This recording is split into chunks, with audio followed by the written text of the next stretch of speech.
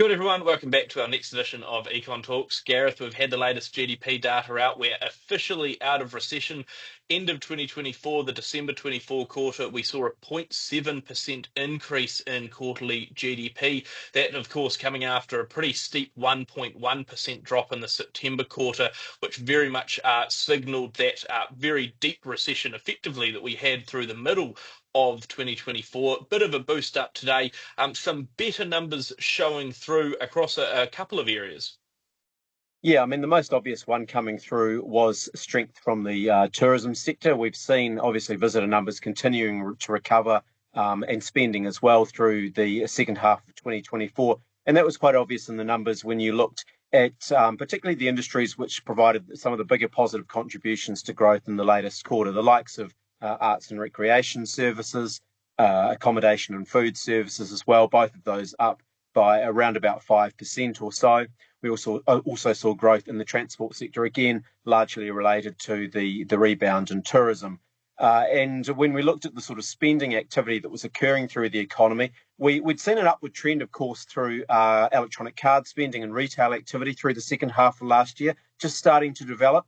And the GDP numbers suggest that rather than that being mostly concentrated among sort of domestic spending and households getting out there and spending more, what we've seen is that, in fact, most of that growth has apparently come through from tourists spending more in the country. So again, backing up the sort of areas where that, in terms of industries and store types, where that spending has occurred. So that's one of the positive areas coming through. One of the other positives for me was just a return to growth in private investment spending by businesses as well. That was the first positive quarter we've seen there in 18 months. And while construction is still under a whole heap of pressure, both residential and increasingly non-residential construction are declining, what we've seen across the other sort of investment categories, plant and equipment, transport equipment as well, there has been a bit of a bounce back in those. Now, it's not massive at this point in time, but it is interesting that the positivity coming through in those figures suggests that businesses are looking forward and going, hey, we just do need to invest a little bit more. We're looking for an upturn coming in coming quarters. And as a result of that, we want to be prepared and get a little bit ahead of the curve. And so that aligns with what we've seen with business confidence, of course, through the second half of last year, where it shot up to the highest level in 10 years, which was a bit surprising for us. But we are seeing that now reflected in terms of not just investment intentions, but actual investment coming through as well.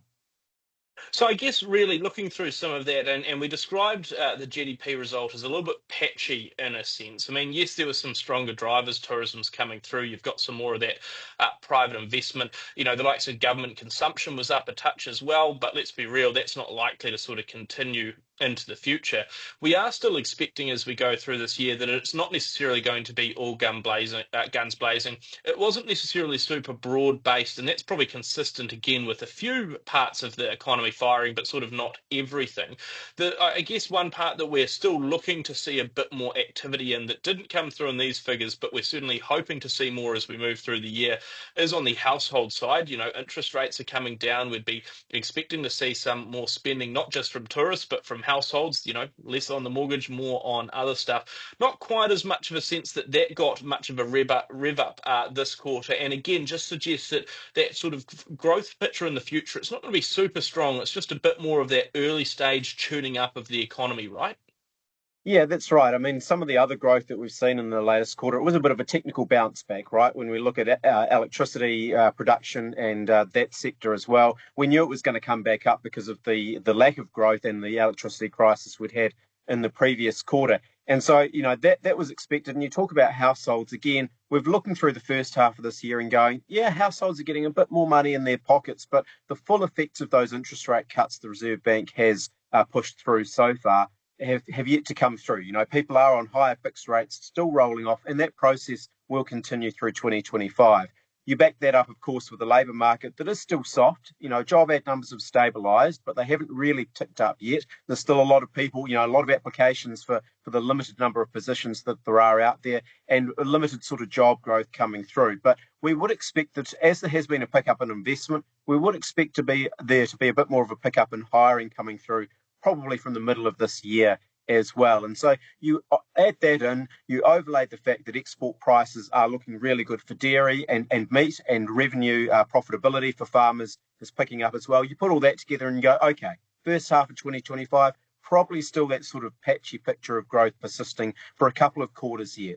And then we get through into the latter half of this year, and our expectation is the growth does start to become more broad-based, and we see better, stronger growth results on a more consistent basis, pushing up. This latest quarter was 0.7%. We may not see too much stronger than that necessarily, but again, probably just more broad-based across the economy and a bit more of a solid base to move forward on from there.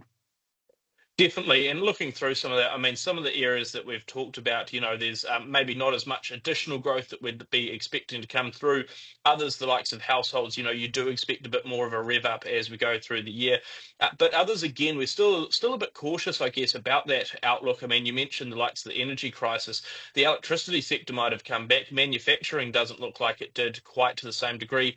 We're quite worried, of course, right here, right now, about hydro levels into the next couple of months. So again, we might find ourselves in a similar position to quarter three at some point this year. And then, of course, there's still that wild card of how the global economy performs and what that means for commodity prices and demand. Looks good at the moment, is good, and we'll certainly take it. But, we also can't take it for granted that it will continue. So a lot of moving parts there. But you're right, the economy's not yet on a much stronger footing. There's a few patchy parts. It's better to have that good result. It's nice to be out of recession, and there's a bit more momentum coming from some quarters, but it's not coming through across the board yet. We'll continue to assess how all of that comes through, how different sectors of the economy improve, and whether it holds up on one of our future editions of Econ Talks.